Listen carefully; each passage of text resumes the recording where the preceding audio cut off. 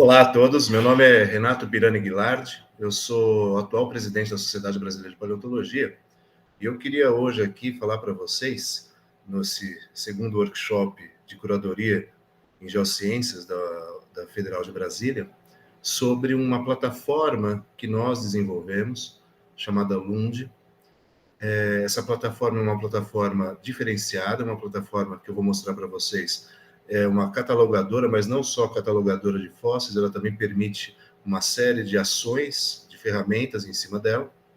E, bem, vou tentar falar sobre o Lund para vocês. Antes disso, eu vou compartilhar uma tela aqui para facilitar a nossa conversa, né? É sempre aquele momento chato, né? Porque você nunca sabe como compartilhar. Mas agora eu acho que vai.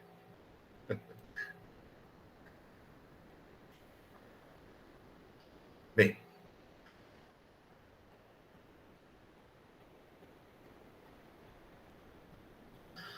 quando eu falo do Lund, então, eu estou falando de um software de livre acesso, é um software 100% brasileiro, e ele vai dar a nós a possibilidade de catalogação online de coleções científicas, tá? Então, a gente tem, nessa plataforma do Lund, um sistema que permite com que nós gerenciemos os dados das nossas coleções científicas.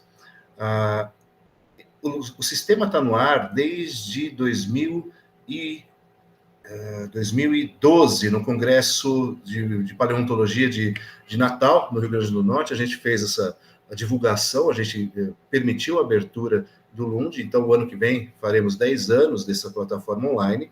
E essa plataforma, ela tem uma série de características muito interessantes. A primeira delas é que ela é desenvolvida especificamente por profissionais de paleontologia.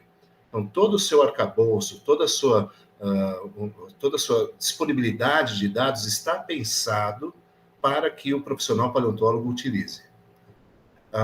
Uma outra característica, uma outra peculiaridade desse sistema é que as instituições que fazem parte do sistema Lund continuam tendo a autoria dos seus dados. O que isso significa? A parte de correções de dados, ou a parte de retirar um dado, mudar número de tombo, ou qualquer coisa relacionada à curadoria de determinada coleção ou museu, a instituição é que tem esta autonomia, não é o gerenciador do Lund, ao contrário de alguns outros bancos de dados que existem por aí. Isso faz com que o nosso software seja extremamente democrático. Coleções pequenas utilizam, pequenas no sentido não consolidadas, não centenárias, utilizam o sistema para catalogar os seus fósseis, tá?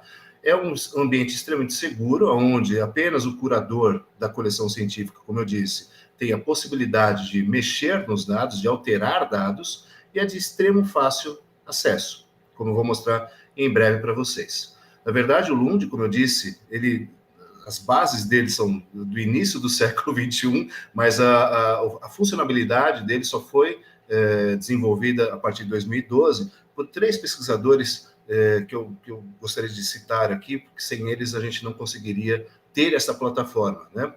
Tirando a minha pessoa, o professor Max Langer, da USP de Ribeirão Preto, e a professora Mariana Galera Soler, que é, além de bióloga, museóloga, facilitando ainda mais o nosso processo de formação do banco de dados em curadoria paleontológica. Mas quando eu falo banco de dados, a que me refiro? Quando eu falo de banco de dados, eu estou falando de um sistema que não apenas armazena informações, mas também extrai informações. Isso é muito importante a gente discernir, porque a partir dos dados que a gente coloca nesse banco de dados, né, das informações que a gente coloca, a gente pode ter interação entre essas informações. Isso é um ponto assim pacífico entre nós, que é necessário esse tipo de trabalho entre os dados, porque a partir das comparações é que o paleontólogo não só utiliza esta base como uma curadoria, mas também como uma ferramenta de análises, que a gente vai ver mais para frente. Então, a gente não assegura apenas a informação guardada e simplificada, mas também a gente utiliza essas informações para análise de dados. E desde o início do século XXI, a gente tem conhecimento que vários pesquisadores utilizam de bancos de dados para suas grandes informações, seus grandes trabalhos, não só biogeográficos, mas também sistemáticos, evolutivos e qualquer outro grande trabalho relacionado à paleontologia. Bem, quando eu falo do Lund, algumas pessoas podem falar, mas é um catálogo apenas, e a gente tem já na internet, de livre acesso, inclusive, outros tipos de catálogo. Eu trouxe alguns deles aqui só para vocês verem que existe uma especificidade em cada um deles. Por exemplo, o Paleotax, que é um catálogo interessante de ser utilizado, ele trata apenas do gerenciamento das coleções. Ele não faz nem uma catalogação online, ou seja, eu não consigo visualizar online esse catálogo, e também não consigo trabalhar os dados entre si, eu não unifico os dados, né? Outras plataformas têm esse mesmo tipo de processo. A plataforma Paleobiology Database, ela é uma plataforma que se assemelha muito ao Lund na sua concepção original. A Paleobiology Database é uma plataforma onde a gente consegue colocar os fósseis, porém, a gente não tem a liberdade de arrumá-los, né? Quem é responsável pela plataforma é o responsável por gerenciar esses dados também. Okay? Então, o Lund ele tem um diferencial nesse sentido. O Lund, além de gerenciar as coleções, além de proporcionar um catálogo online e além de tratar esses dados de forma unificada, ele permite com que cada curador tenha a sua imprescindível ação na imposição de dados na plataforma. Então, o Lund, ele é desenvolvido por profissionais da paleontologia, como eu disse, ele vai disponibilizar esses dados, ele é extremamente seguro na sua linha de trabalho. Então, volto a falar, um curador de uma determinada coleção não tem gerência sobre outra coleção científica, tá? E o curador de determinada coleção coloca os dados que ele quer no Lund, ok? Então, muitas vezes eu pergunto, nossa, mas existem alguns exemplares da nossa coleção que são que não podemos disponibilizar, não podemos mostrar nesse momento, por questões de direito autoral ou qualquer outro tipo de problema. Não há problema nenhum.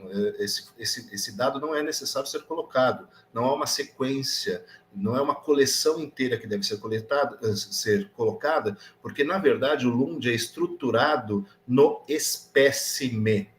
Isso é muito importante que a gente distingua, né, o significado disso.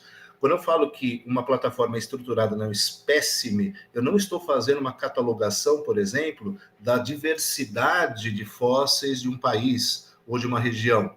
Eu não estou tratando apenas com holótipos, eu estou tratando com espécimes de uma coleção científica. Então, é a partir do espécime, do número de tombo dele, que a gente tem toda a colocação dos dados referentes a ele. O Lund é um software, como eu disse, extremamente democrático, de fácil acesso, como a gente vai ver em breve, e, além disso, ele é extremamente eficaz na curadoria, permitindo com que haja compartilhamento de dados. A gente consegue gerar tabelas a partir dos dados que a gente coloca dentro das nossas coleções científicas, e a gente consegue compartilhar, se quiser, esses dados com outras coleções ou outros pesquisadores. Ademais, a gente tem a padronização de informação, e isso é muito importante. A gente tem que ter esta padronização quando a gente for trabalhar com bancos de dados, e muito mais ainda, especificamente, quando a gente trabalha entre dados. Se não houver uma padronização da entrada desse dado, a gente perde informação. Então, o Lund, ele permite uma padronização. Todos os dados têm a mesma sequência lógica. Quando a gente utilizar de ferramentas, portanto, para analisá-los, não é necessário a gente se preocupar muito se a gente está perdendo ou não determinada informação. Na verdade, para a gente entender melhor, então, o Lund, a gente tem que entender que é uma ferramenta extremamente democrática, é uma ferramenta que possibilita acesso a informações, ela permite com que coleções científicas de pequeno tamanho consigam fazer o seu gerenciamento fóssil, né, o seu gerenciamento da coleção científica fóssil. E o dado também muito importante é que o Lund proporciona com que os dados sejam de livre acesso. Os dados, eles não vão ter prejuízo de direitos autorais, porque eles são públicos, são instituições públicas que disponibilizam, né, de forma transparente o material ao qual elas contêm. Bem, o Lund, então, ele é o catálogo online de fósseis depositados em coleções científicas brasileiras. A gente utiliza o termo catálogo, mas o termo catálogo ele tem que ser pensado como um banco de dados, ok? Então, quando a gente fala do catálogo Lund, a gente está falando, na verdade, de um sistema operacional que permite o trabalho de banco de dados. Quais são as possibilidades que o Lund nos traz? O que ele permite com que haja trabalho entre esses dados diferenciados? O primeiro aspecto que a gente pode falar é a confecção de árvores e trabalhos em sistemática paleontológica, né? Árvores sistemáticas. Então, a gente pode, a partir do banco de dados, formar e gerar, né, através de ferramentas, não do Lund, mas de outras ferramentas, a partir dos dados do Lund, formar as árvores filogenéticas apropriadas a cada um dos nossos estudos. Um segundo tipo de aplicabilidade que o Lund nos traz é que ele traz, junto com um banco de dados, a distribuição estratigráfica dos fósseis. A gente consegue, então, ter uma melhoria, né? A gente consegue burilar qual é a distribuição estratigráfica de determinado fóssil, de determinado grupo de fósseis, de uma maneira muito mais simples do que ir até um catálogo de livros ou qualquer coisa assim. O sistema já te gera essa informação. Informações sobre idade também e escala do tempo geológico são possíveis de serem analisadas dentro dos bancos de dados que a gente tem no Lund. Localidades e pontos de coleta georreferenciados são um dos pontos do Lund também que é possível a gente utilizar não só como dado de trabalho, mas como procura, ferramenta de procura. Um determinado ponto de coleta em específico, eu posso achar esse ponto digitando no Lund o nome dele ou a coordenada dele. Lembro, para que a gente ache esse ponto, é necessário com que as coleções científicas informem esse dado. A gente tem também detalhamentos e dos procedimentos de coleta e de preparação dos fósseis. Muitos fósseis têm uma certa diferenciação na sua preparação, e isso o Lund registra também, se assim o curador quiser. Referências bibliográficas também são utilizadas no Lund. Então, a gente tem a possibilidade de, através de um espécime, saber quais foram as referências bibliográficas que trataram daquele espécime em si. A gente aconselha que, pelo menos, coloque o trabalho do holótipo do espécime, né? No caso, a espécie em questão. E esta plataforma, ela vai ser uma plataforma que está sendo, na verdade, uma plataforma que possibilita esta conversa entre instituições, entre museus e curadorias, e esta possibilidade de conversa nos traz ainda a possibilidade de trabalhos mais complexos, né? O Lund, a plataforma Lund, ela homenageia o paleontólogo naturalista, né, dinamarquês Peter Wilhelm Lund, considerado pai da paleontologia brasileira. É um nome que representa esta paleontologia nacional de uma forma bem clássica. Bem, para acessar o sistema Lund, a gente tem esse endereço aqui, sistemalund.com.br. Eu peço permissão para entrar nesse sistema, para mostrar para vocês rapidamente como é que funciona isto. Bem, o sistema Lund,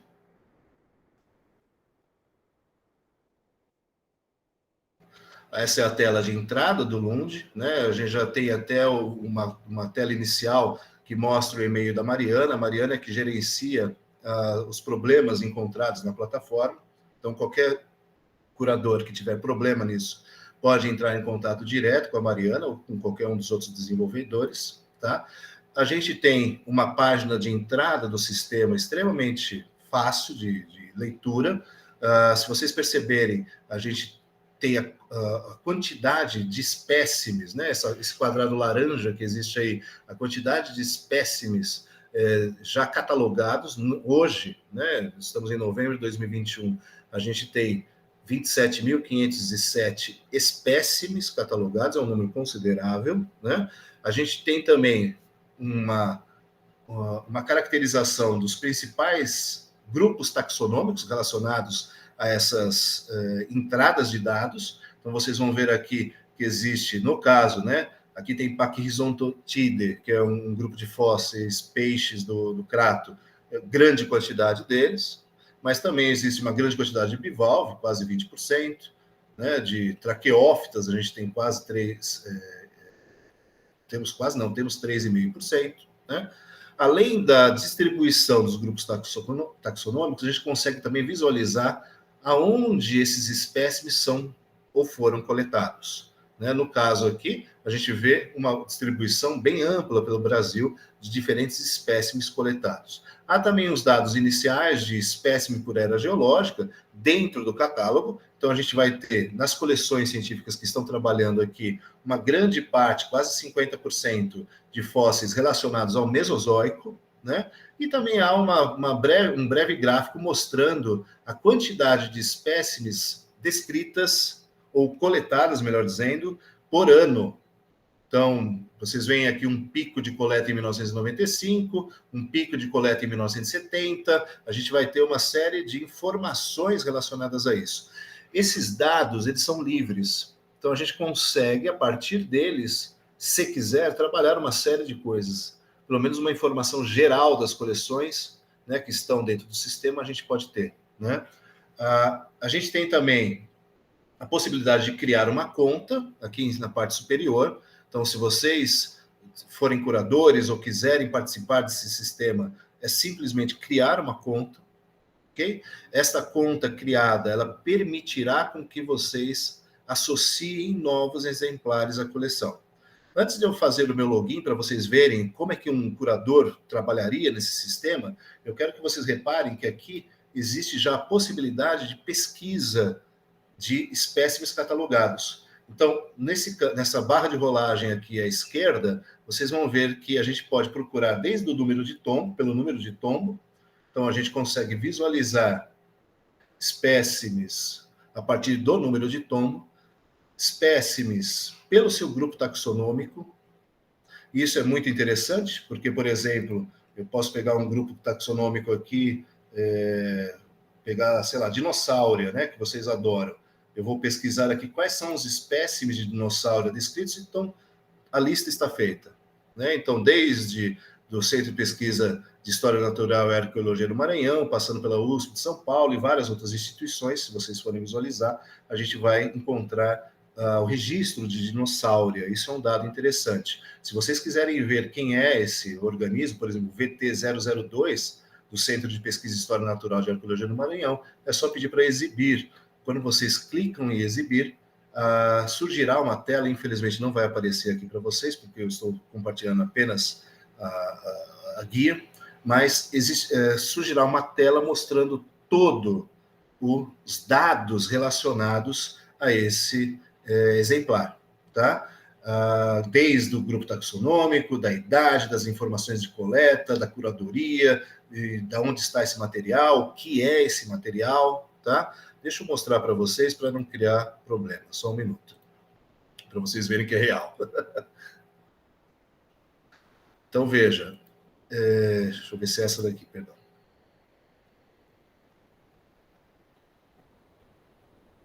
Não é essa. Essa é antiga, só um minutinho.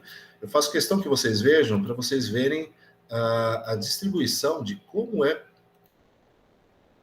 possível ser feito a catalogação desses espécimes, né? Então, acho que agora...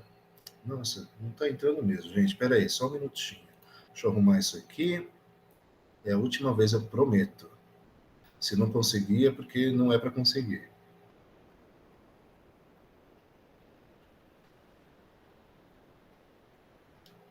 Então, vejamos se aparece agora. Isso. Então, olha, a gente tem aqui todo o sistema, né, de catalogação. Eu cliquei lá naquela visualizar, então eu tenho a informação geral, da onde que é a instituição, qual que é o número de tombo, posso colocar a posição dentro da coleção, isso é para a curadoria, o grupo taxonômico ao qual existe, a idade, as informações sobre a coleta, a curadoria de quem é, o material, o que é, no caso em específico, uma costela é uma vértebra.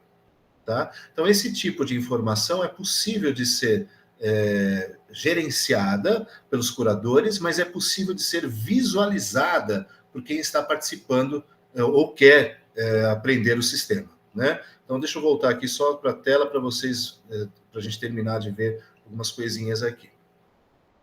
Então, vejam, quando eu ponho, então, para visualizar, para exibir, né, que é esse olhinho aqui, eu consigo visualizar aquilo que eu estava mostrando para vocês.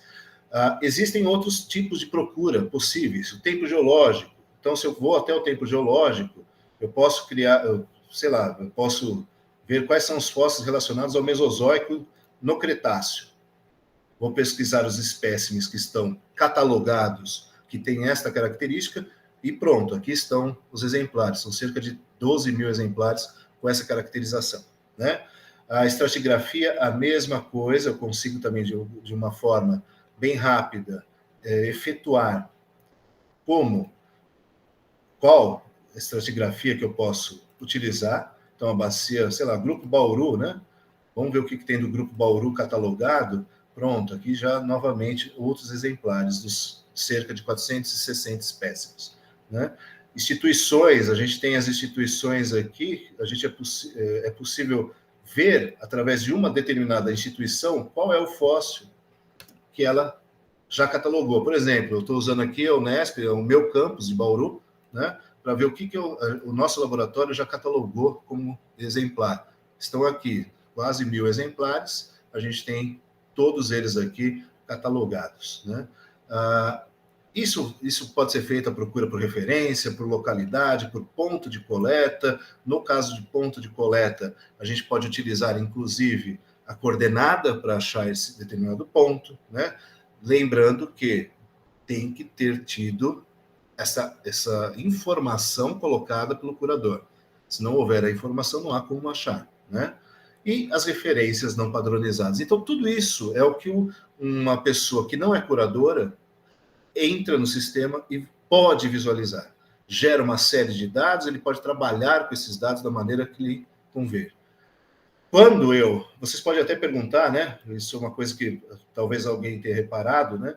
Quando a gente clica em grupo taxonômico, aparece uma árvore aqui, mas essa árvore está ela não está homogênea, digamos assim, ela não está bem feita, entre aspas. Por que isso acontece? Isso acontece porque cada um dos curadores pode gerar um grupo taxonômico, ou pode gerar uma idade, ou pode gerar um tempo geológico que ele ache pertinente para colocar relacionado a seu espécime. Então, quando eu efetuo o login, para vocês verem, agora eu vou entrar como curador.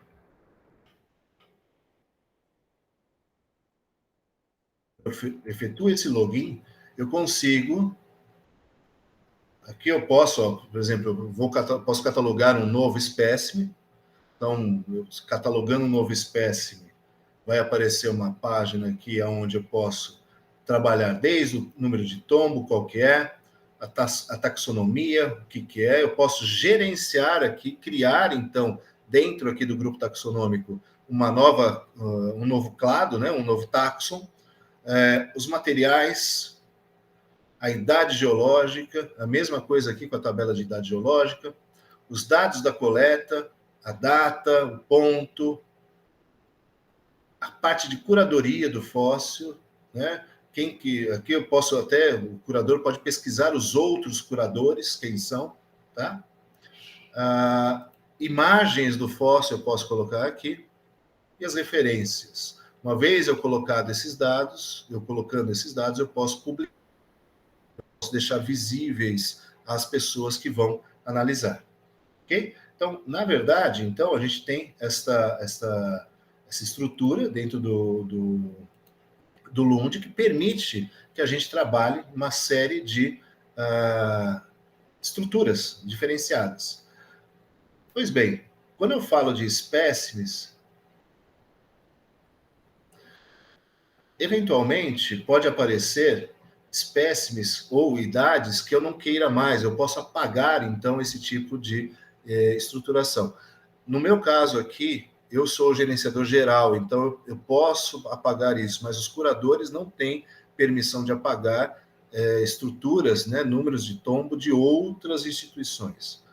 É uma questão de gerenciamento geral, não que a gente utilize isso nunca, mas é só para vocês perceberem a diferenciação. De resto, o Lund, então, tem essa possibilidade de a gente gerenciar e catalogar os grupos taxonômicos, a gente pode criar novos grupos taxonômicos, né, enquanto curador. Então, se a gente cria um novo grupo taxonômico, a gente pode, dentro da árvore, fazer com que haja um sistema, né, de árvore filogenética.